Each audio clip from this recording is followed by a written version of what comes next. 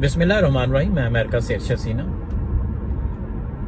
एक अमेरिकन औरत मेरे साथ काम करती थी। एक शाम अचानक मौसम बहुत ख़राब हो गया, आंधी चलने लगी और बाहर खौफनाक किस्म की आवाज़ें गूंजने लगी। यहाँ जब आंधी चलती है, तेज़ हवाएं चलती हैं, तो डरा देने वाली आवाज़ें गूंजने लगती हैं, जैसा कि शायद कि आपने हॉरर मूवीज़ में देखा और सुना भी हो।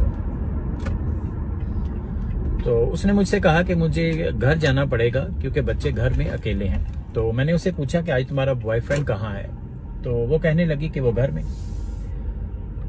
तो मैंने उसे कहा कि अगर वो घर में है तो वो आपके बच्चों को देख लेगा। तो वो कहने लगी नहीं, ये मेरे बच्चे हैं, उसके नहीं।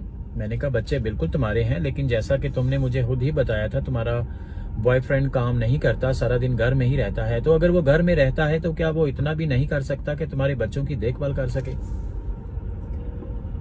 तो वो कहने लगी कि नहीं, ऐसा नहीं होता, वो मेरे बच्चे हैं, मेरी जिम्मेदारी है और मैंने ही उनको देखना है। तो मैंने उससे पूछा कि इन बच्चों का वालिद कहाँ है? तो वो कहने लगी कि मेरे 2 बच्चे एक बॉयफ्रेंड से हैं, एक बच्चा एक बॉयफ्रेंड से है और एक बच्चा उस बॉयफ्रेंड से।